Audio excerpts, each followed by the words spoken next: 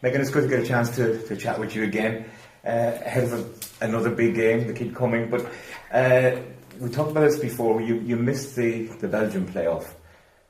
What was it like watching that and seeing how well the girls did? Yeah, no, it was fantastic and difficult at the same point because obviously how the second game went, it was quite difficult to watch. Obviously I was in Rome at the time and goodness, I could barely watch to the end. And obviously Abby got the goal, but no, just so proud. We're a team, whoever's in the camp, who's not in the camp, we all have the same goal. We all want to be successful, we want to push the country on, we want to push ourselves on and be better every time. So to see that, and especially the first game, see how well that went in the Aviva, it was fantastic. And yeah, hopefully that will push us all on now for this campaign. What do you like watching games when you're not playing? You know what, I'm actually very quiet. It was the same when we done the World Cup when I was just like, I was at home with my family and they were the loud ones and I just sit there. Because you can't change anything, no matter what I say or shout at the screen, it ain't going to do nothing. So I'm very quiet, I just sit there. And then after, I'll react, but during it, it's just the stress inside is quite high. What you can do when you're on the pitch, of course, is affect the game. And France, it's heartbreaking that we didn't get anything out of it, but it was a really good performance by them, wasn't it? Absolutely, yeah. I think having that disappointment after the game says a lot. I don't think many people expected us to bring that kind of game, but there was a lot of positives for us to take from it. Pushing them to the very final minute, almost getting the draw. But I think we're making the steps forward. Going toe to toe with them is massive. And I think we kind of proved again that we're in League A to compete. We just don't want to be there just to make up the numbers. We want to push and continue to push this nation on. You had a great opportunity with a free kick. It kind of reminded me of Finland as you were stepping up to it. Yeah. Were you thinking that yourself? Yeah, I thought, to be fair, it did feel a bit central. The Finland one was a bit more to the left, so I kind of knew it wasn't going to be the easiest one because of how it was positioned in the goal. And in the end, it was quite an easy save. Although in the moment I felt like, that was a close-up, but when I watched it back... Well, in the moment I thought it was a great save. In the moment, yes, I thought, oh God, that was so close. But when I watched it back and analysed it, it wasn't one of my best free kicks. Well, maybe your best was Finland then. Maybe it was, yes. To get there again would be tough, but no, it was, early opportunity. I think it was good to get that and kind of put them on the back foot and then get the corner. And then I think Katie's goal came soon after, so getting that pressure on them, I think helped.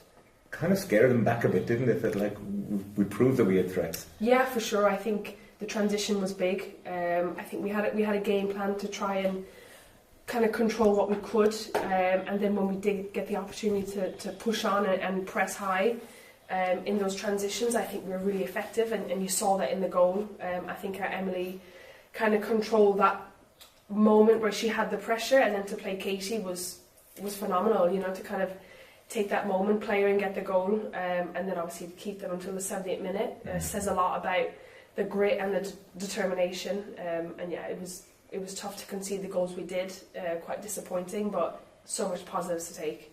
Just back to the free kick for a second. How do you keep Katie away from free kicks when the two of you are looking at it? To be fair, I must say, she said it to me straight away. She said, "This is yours." I think if anybody says that to you, you kind of think, yeah, absolutely, yeah, this is mine. I'm never going to question if she says take it. So yeah, in that moment, she told me to take it, so I took it. But if it was a conversation between the both of us, I don't know, it's whoever's kind of feeling the most confident, or whoever just steps up straight away and says, this is mine. But I was hoping she kind of told me to take it, because I was hoping that I was going to score top corner, I think. Maybe against the Netherlands. Exactly. Speaking of confidence, though, you look like you're in a really good place at the moment in your career. Tell us more about Lazio, about living in Rome, about playing in Serie A. Yeah, I'm enjoying it loads. I think at the moment when I went there was a bit of a massive step out of my comfort zone. Being in England for 6 years, you know one thing, and making that move, I think within the first week or two, I think I was ready to go home. Just the change of environment, the change of everything so quickly, it was a lot. But deep down, I knew it was the right decision for me to play in the highest level, continue to play at the highest level, and playing the Serie A. And yeah, ever since, I think I've grown into it. One of the leaders in the team now, which I'm proud of, because obviously it being a different country, different language, it makes me proud to be one of the leaders in the dressing room with that kind of language barrier. And yeah, on the pitch, I'm enjoying it. I'm loving it loads. We play a lot of football, you know, even in the training. A lot of it is just football based, playing out from the back constantly. I'm on the ball trying to dictate stuff, which is what I love, which is what I want to do.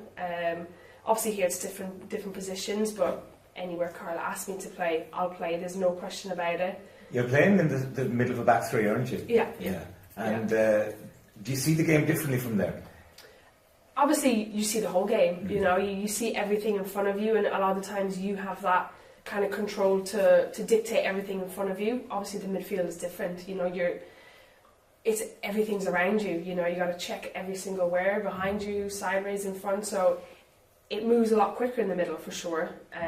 But I think I've got experience in there, and I think that's probably as well why I'm quite successful in the back line, is because I can play those passes. Which is probably why I've signed there as the centre back. But no, I love playing at Lazio. I love playing in the centre back role, and obviously coming in here, I enjoy playing in the midfield as well. I'll play anywhere. Anywhere anybody asks me, I'll play. So you're pushing for European qualification. You got a big derby against the league leaders coming up in 2 weeks. Yeah. How passionate is the support there? I mean, how does it compare for you? Yeah, no, obviously when we play the Roma Lazio derby, it's a lot.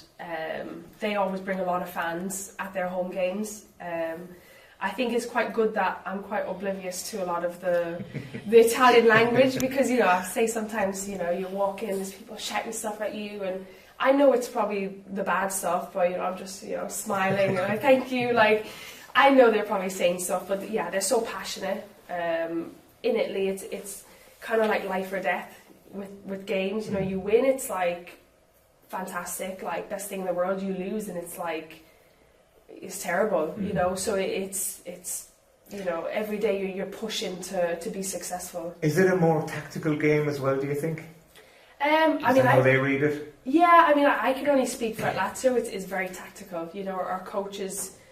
It's probably the most tactical based team I've been in my career, which is probably why I love it. It's very football orientated, very ball on the floor, playing it, trying to exploit spaces, trying to create 2v1s, everything. So from my perspective, I find it quite tactical. In the Italian league, it is quite transitional as well, which sometimes can be quite tough because the pace of the game is non-stop. It is quite physical as well. From a exertion point of view, it is a lot. But I've kind of settled in now. I enjoy it loads, and yeah, I've kind of second home now. Isn't there a version of VAR going on in your league at the moment? I mean, that occurred to me the other night when there were penalty calls for Ireland against France. Yeah. How does it work there, VAR? So each team gets 2 cards. So all the goals are checked anyway. And then on top of that, each team gets 2 challenges. So throughout the game, something might happen. There might be a foul or... What about a handball? No? Yeah. So if there's something in the penalty box, if there's a foul that you think is a red card, you can like put your hand up. There's like a designated person, put their hand up and like challenge it. And then the referee has to come over and check the screen.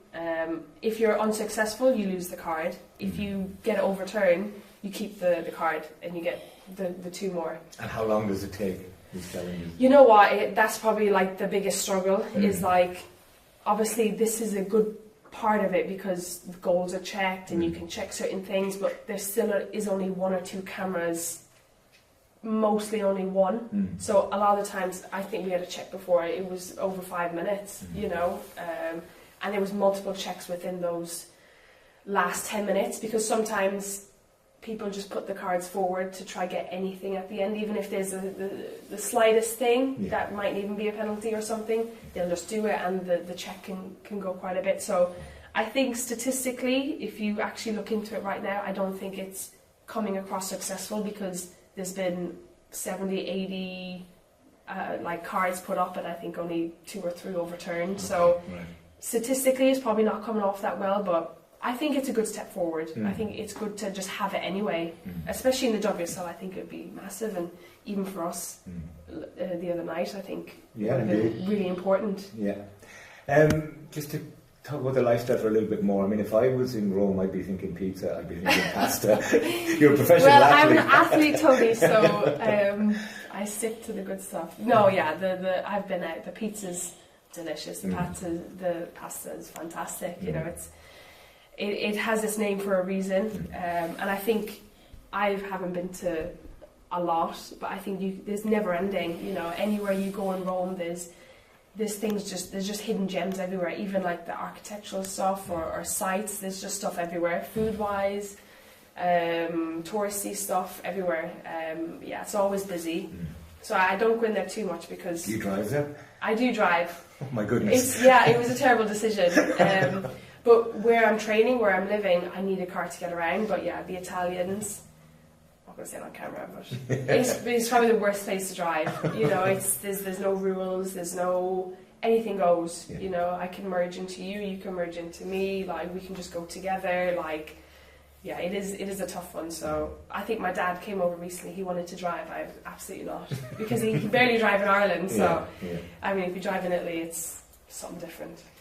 Italy's a great culture, so too is Brazil, and I bring that up because, of course, that's the goal of this campaign.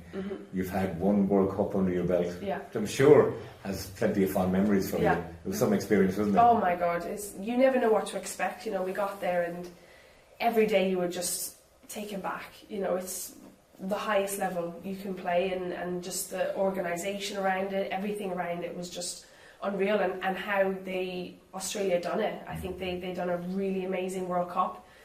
So to be a part of that was amazing, and obviously we wanted to go back to another tournament with the Euros, and that didn't happen. So we're really pushing for this now, because this is where we want to be. We want to put Ireland on the map. We want to continue to be at these tournaments, and obviously the first step was France, and the second step now is Netherlands on Saturday.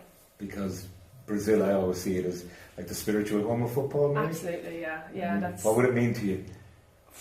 Goodness, I think to go to Brazil would just be something else. I think for anyone and for everyone on the team, it's like, yeah, growing up you think of Brazil, that is football. You know, Brazil is football. So yeah, I think in the back of our minds, you know, that kind of stuff is in our head. But right now, it's obviously tomorrow in Netherlands, and one step at a time, and hopefully we'll get ourselves there. You're only 28 and you've had a lot in your football career. Yeah. But tell me as well, the way this team has kind of captured the hearts of the country. I mean, I suppose there's been heartache and then there's been joy. Yeah. But the difference between when you started and the way you're perceived now. Yeah, I think the fan base has grown, number one. I think the amount of people that get behind us, I think they get behind the team as a whole. Obviously we have some amazing players on the team, but we have people who get behind the whole nation and really push us on. I think obviously us being successful has helped getting to the World Cup, and you can watch any game and no one will ever not stop running, not give up. Everyone continues to go and go and go, regardless of the result, regardless of the score. And I think that can catch a lot of people's attention of, okay, yes, we might not be in the game, yes, we might not be successful in this moment, but we'll never give up. We're going to try doing the right things and be successful. And that's the message we keep trying to get across, is that we want to push this team on. Sometimes it might not look the best when we're in a transition period from manager to manager and we're trying to change things, but they've stuck with us in the good times and the bad times, and we're trying to reward them, and hopefully that will be getting to the World Cup. That never say die was never more apparent than the last moments of the game in Cala. Yeah, absolutely. That was something else, and again it just goes to show that we're in this. You know, we want this so much, even against France. You know, going toe to toe for the whole game, and at the very end, Dee having that shot, it goes to show we're not going to give up, and we're going to push every team we can, no matter the ranking, to the very end. Denise's not going to be here though for the game. Yeah. Undoubtedly it's a blow. There's no two ways of dressing that up, is there? No, yeah. Obviously, Denise is Ireland. You know, Denise is this team, and any team who has a Denise on them is a better team. You know, so we all know that. The country knows that. But also that's football. You know, sometimes you're missing your best players, but that's why you have a squad, and we have players who are ready to get in there and do exactly what we need to be done. At the end of the day, it's 11v11 around the pitch, and we have to make sure that we're at our very best to get a result tomorrow. And yeah, we're going to miss Dee, but I think we're ready to go. You're up against some of the biggest names in women's football. Any special plans for Vivian Miedema? No, I think we're going to stick to the game plan. Yeah, obviously we want to try and limit them. We know their quality, we know how good they are. Similar level to France. So as I said, we have to be at our very best. Stick to the game plan. You know, I think we had so many positives the other night, so it's not a case of starting from scratch or changing much. It's just those fine margins, which is the difference between France and us the other night, was those fine margins in the end. So it's just cleaning that up for tomorrow. We wish you the very best of luck. Thank you, Tony. And also in Serie A, so thank you best so wishes much for your club career as well. Thank you, and Tony. Thanks so much for talking to us. Of course, thank you.